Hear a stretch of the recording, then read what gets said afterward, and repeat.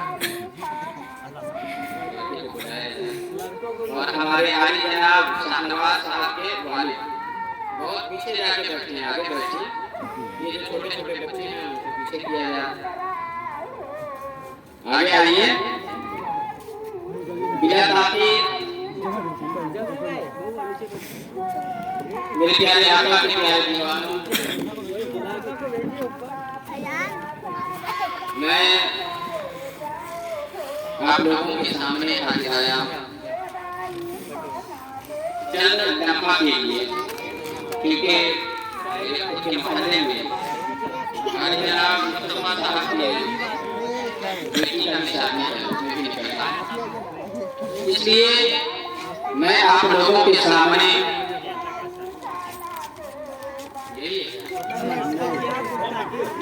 नौकरी है लड़का का नौकरी है क्योंकि उन्हीं के लिए ये सजाया गया। उनको बोलिए ना निकालने के लिए। ओ स्टार्ट मार लड़का का भाई क्या ही ना हट गया है। अच्छा लाने जा कुव्वते फिक्र अमल पहले फना होती है, कुव्वते फिक्र अमल पहले फना होती है, फिर किसी कौम की शौकत को सवार।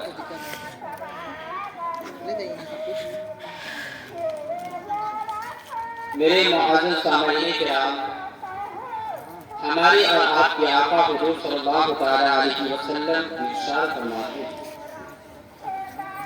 तज़व्वजुल वदूदल वदूद फइन्नी मुकाथिरु बिकुमुल उमम। कुछ सुनने और सुनाने से कबल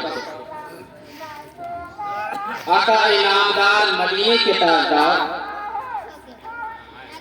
दोनों आलम के मालिक व मुख्तार नाइबे परवरदिगार, जिनके बारे में आज से 1400 साल पहले ही मक्का की धरती से हजरत हसन बिन साबित रहमतुल्लाह अलैहि इरशाद फरमाते हैं, व अहसन मिनका लम तरा क़त्तु हैय व अजमल मिनका लम तलिद निसा खुलिक़्ता मुबर्रअन मिन कुल्ली ऐब कअन्नका क़द खुलिक़्ता कमा तशा।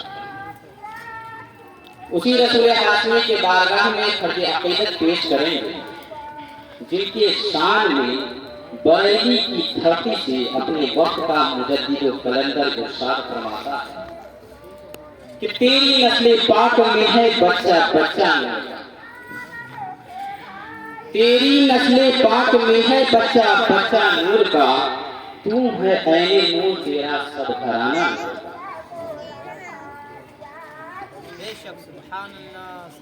अज़ा मुनाफिला,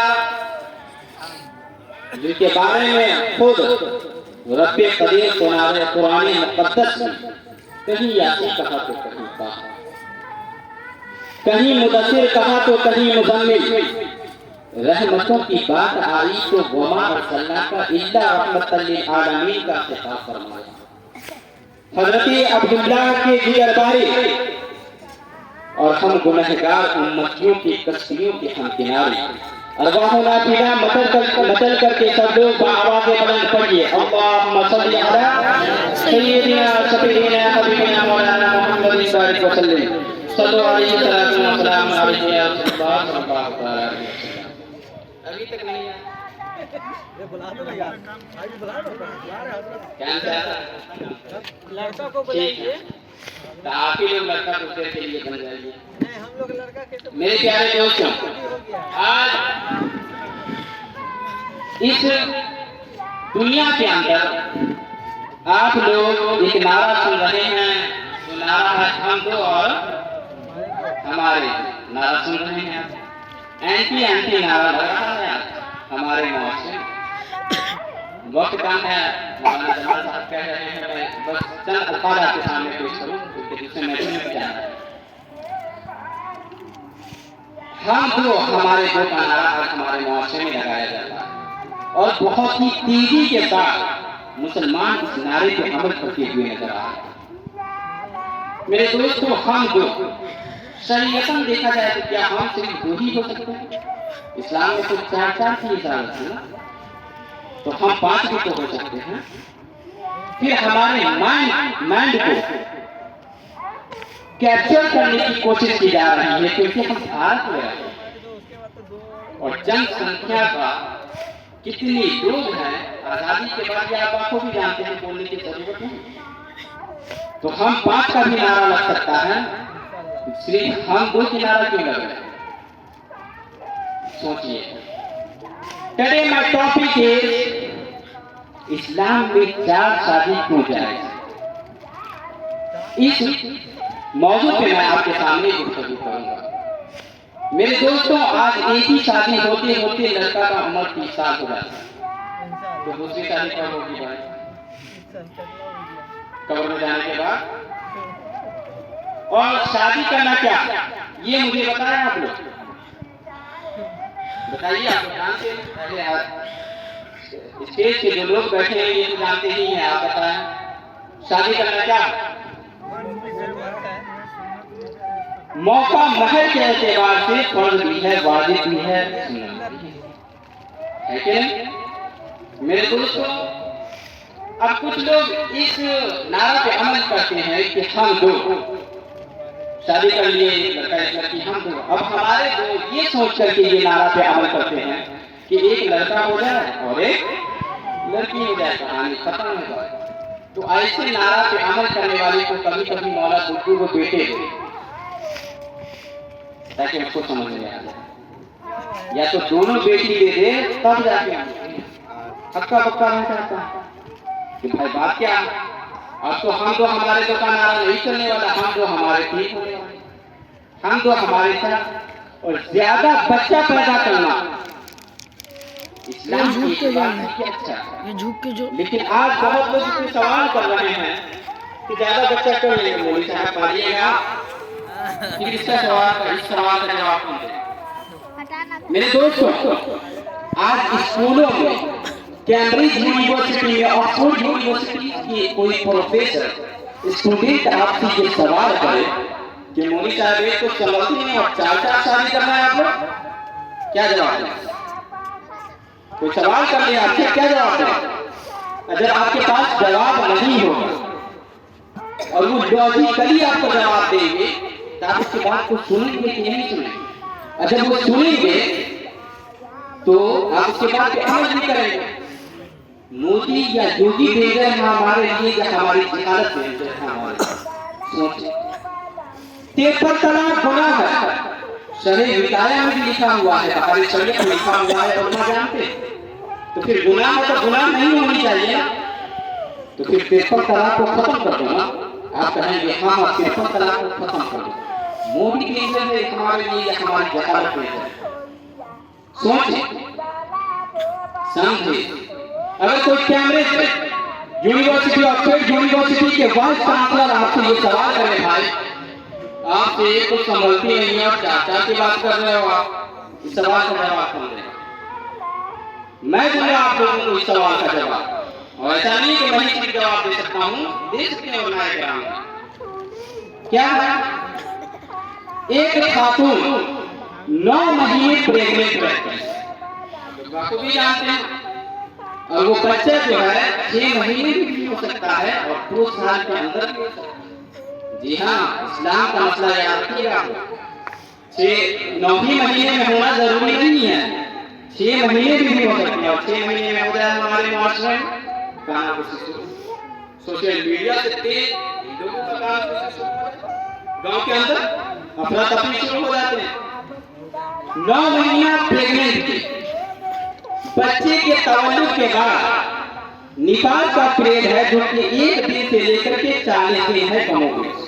और मैं नाम जानते हैं, हैंड टू हैंड भी कोई पाक हो सकता है, जैसे फातिमा तो ज़हरा रज़ियल्लाहु ताला अन्हा, आप हैंड टू हैंड पाक हो गई थी।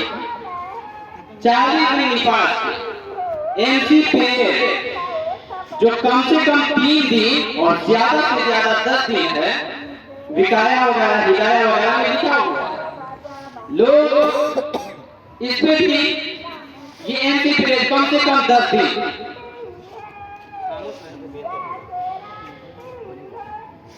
कम से कम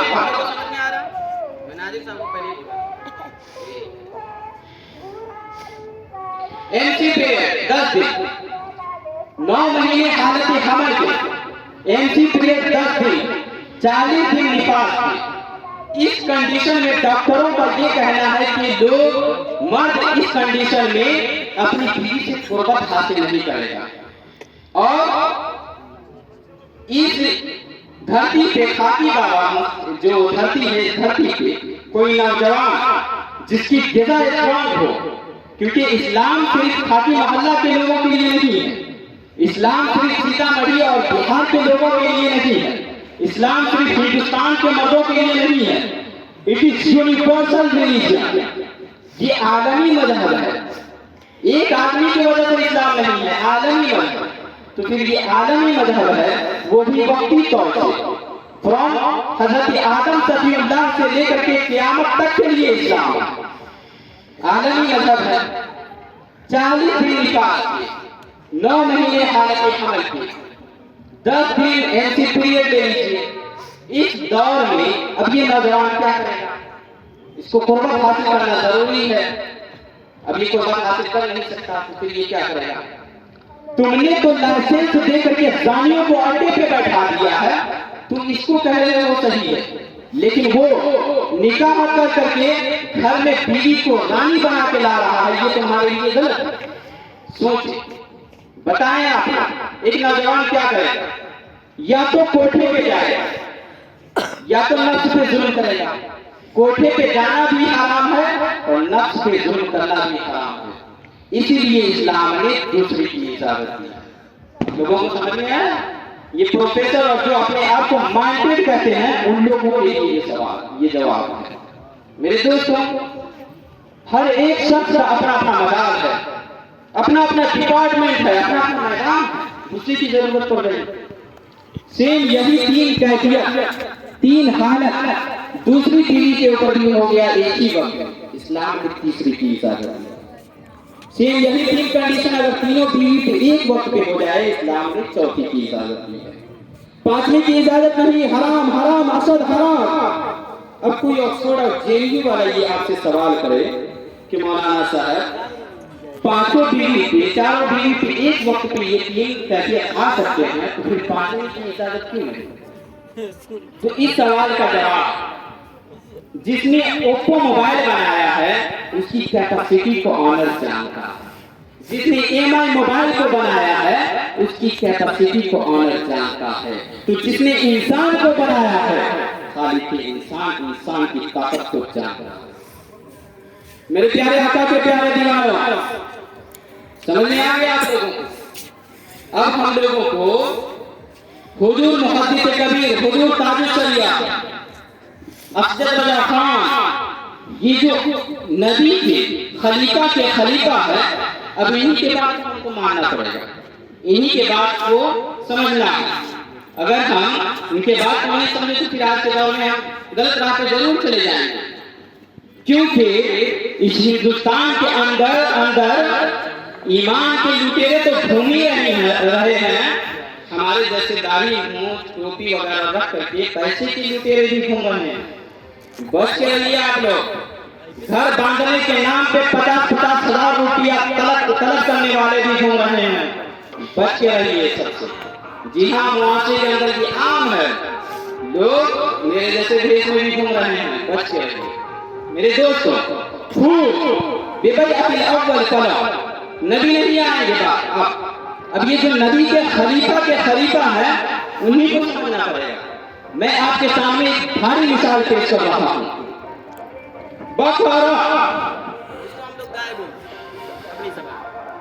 उसकी कुर्बानी बोलिए जायज है, जायज है, जायज की बात सब लोग जानते हैं, जायज है। आला हजरत के बारगाह में एक आदमी मसला पूछने आया कि हुजूर, ये बकरा की वजह से हिंदुस्तान में इख्तिलाफ हो रहा है, लोग मारे जा रहे हैं, मॉब लिंचिंग के नाम पे खुलेआम मुसलमानों को कत्ल किया जा रहा है। इस जानवर को छोड़कर दूसरे जानवर कर लेते हैं ना, ऐसे भी ये फर्ज वाजिब नहीं है, सुन्नत इब्राहिमी है, इसको छोड़ देते हैं, दूसरे जानवर कर लेते हैं हम लोग। आला हज़रत का जवाब आपको सुनिए। वो फरमाते हैं कि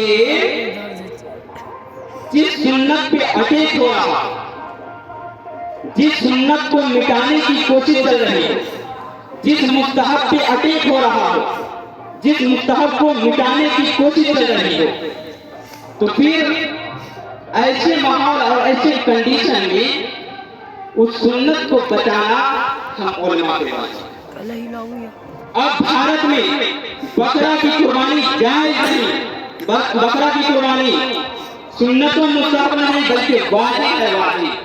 और सुन ले, अभी हिंदुस्तान के अंदर 53 तलाक, हिंदुस्तान के अंदर तीसरी और दूसरी शादी पे अटैक हो रहा है, इसको बचाना हम उलमा पर वाजिब है। और सुने, अभी तो उलमा कर भी रहे हैं, आने वाले दिन में जब ये उलमा भी नहीं करेंगे ना, ऐसे माहौल और ऐसे कंडीशन में लोग इस सुन्नत को हिकायत की नजर से देखेंगे। और ऐसे माहौल और ऐसे कंडीशन की वजह से आज से 1400 साल पहले मक्का की धरती से हम सबों के आका हुजूर सल्लल्लाहु अलैहि वसल्लम इरशाद फरमाते हैं, मन तमस्सक सुन्नती इंदा फसाद उम्मती फलहु अजर शहीद।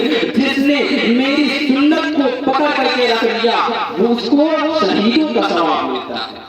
मेरे दोस्तों, तो ऐसे माहौल और ऐसे कंडीशन, जिस कंडीशन पे हिंदुस्तान के अंदर, भारत के अंदर हमारे शरीयत पर तरह तरह के कानून लागू हो रहे हैं, ऐसे माहौल में हमें और आपको अपनी शरीयत बचाने की जरूरत है। और बचेगा कैसे? जब हम अपने बच्चों को आलिम बनाएंगे तब। और आलिम की वजह से तरह तरह के आलिम बनते हैं। मेरे दोस्तों, ज्यादा बोलने की जरूरत नहीं है, क्योंकि उलमाए किराम आप देख रहे हैं। बस मैं अपनी मुख्तसर सी गुफ्तगू यहीं पे खत्म करूंगा और एक बात फिर आपको बताऊंगा कि इस दुनिया के अंदर तरह तरह के देश वाले आपको मिलेंगे, बच के रहिए। बादशाह कहता हूं मैं आप लोगों को खूब बच के रहिए, वरना सारी टोपी वाले सब सही नहीं होते हैं, याद रखिएगा। ईमान के लुटेरों के साथ ही साथ पैसे के जो लुटेरे हैं उनसे भी बच कर रखिए, बहुत ही जरूरी है। बस मैं अपनी मुख्तसर सी तकरीर को यहीं पे खत्म करना चाहता हूँ। बोलने में किसी भी तरह की गलती हो गई हो मौला तो रहमान रहीम गफ्फार करीम है, मैं गुनहगार गुनहगार हूँ।